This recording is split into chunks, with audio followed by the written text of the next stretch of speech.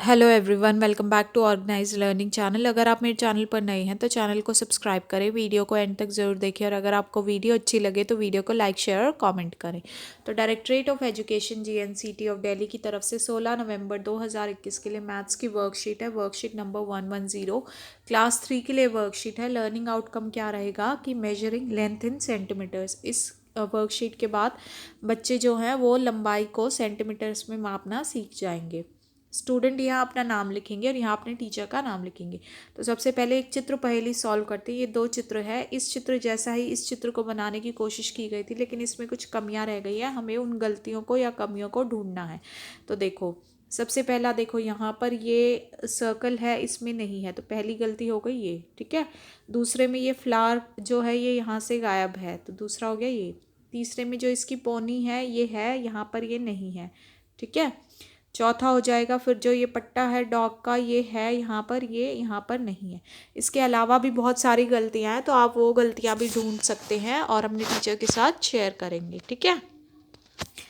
आगे अब पढ़ते हैं हम पैमाने यानी कि स्केल का इस्तेमाल करना। आपने अब तक अपनी छोटी नाप डंडी से बहुत सारी चीज़ें नापी। तो ये आपने मान लीजिए आपने अपनी जो नाप डंडी है वो बनाई थी, तो इससे आपने बहुत सारी चीज़ों को नापा होगा। आओ आज नाप डंडी में नंबर लिखे। तो आज क्या करा, इस नाप डंडी के अंदर 1 2 3 इस तरीके से नंबर लिख दिए। ठीक है। आपने नाप डंडी पर कहाँ तक नंबर लिखे हैं, तो आपने जहाँ तक लिखे हैं आप वो लिख सकते हो। ये 10 तक भी लिख सकते हो, 15 तक, 20 तक, कैसे भी। तो शायद कुछ इस तरह लिखे होंगे, तो आपने नंबर जो है इस तरीके से लिखने हैं या लिखे होंगे। अब आप अपनी पेंसिल नापिए और बताइए कि पेंसिल कितनी लंबी है। अब आपको इस नाप डंडी के यहाँ पर अपनी पेंसिल रख कर और उसको मापना है कि वो आपकी पेंसिल कितनी लंबी है।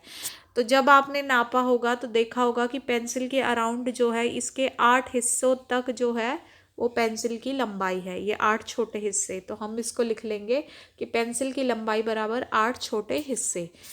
क्या आपने कहीं और भी ऐसे हिस्से और नंबर लिखे हुए देखे हैं? तो इस तरीके से जो ये हिस्से बने होते हैं या ये नंबर लिखे होते हैं, आपने किस चीज़ पर लिखे हुए देखे होंगे? ऐसे हिस्से मौजूद होते हैं पैमाने यानी कि हमारे स्केल पर। आपने स्केल देखा होगा ना, इस तरीके से होता है। तो हमारा जो स्केल होता है उस पे भी इसी तरीके से ये हिस्से बने होते हैं जिन पर नंबर लिखे होते हैं। आप पैमाने यानी कि स्केल को ध्यान से देखिए। पैमाने पर 15 हिस्से हैं, तो देखो यहाँ देखो 1 से लेके ये 15 तक हिस्से बने हुए हैं पैमाने पर।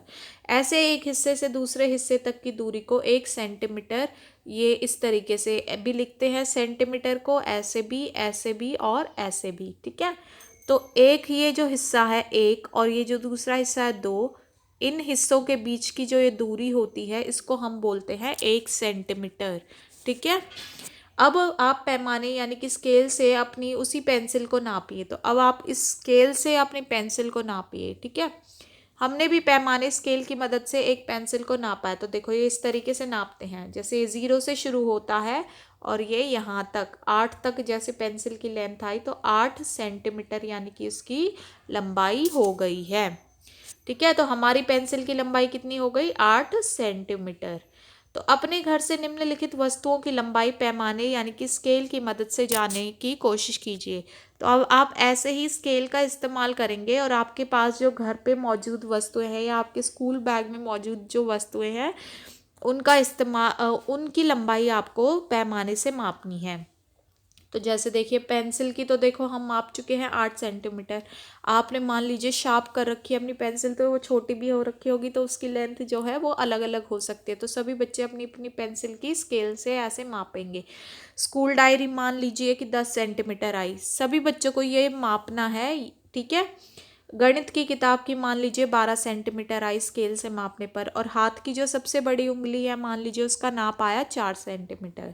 ठीक है। तो इस तरीके से आपको ये सारी की सारी, अब देखो सब बच्चों के हाथ की उंगलियां जो है उसकी लंबाई अलग अलग होती है ना, तो इसी तरीके से आप जो है अपने घरों पर इन सब वस्तुओं की जो है लंबाई पैमाने से माप कर देखेंगे और उसका उत्तर यहाँ पर लिखेंगे। ठीक है।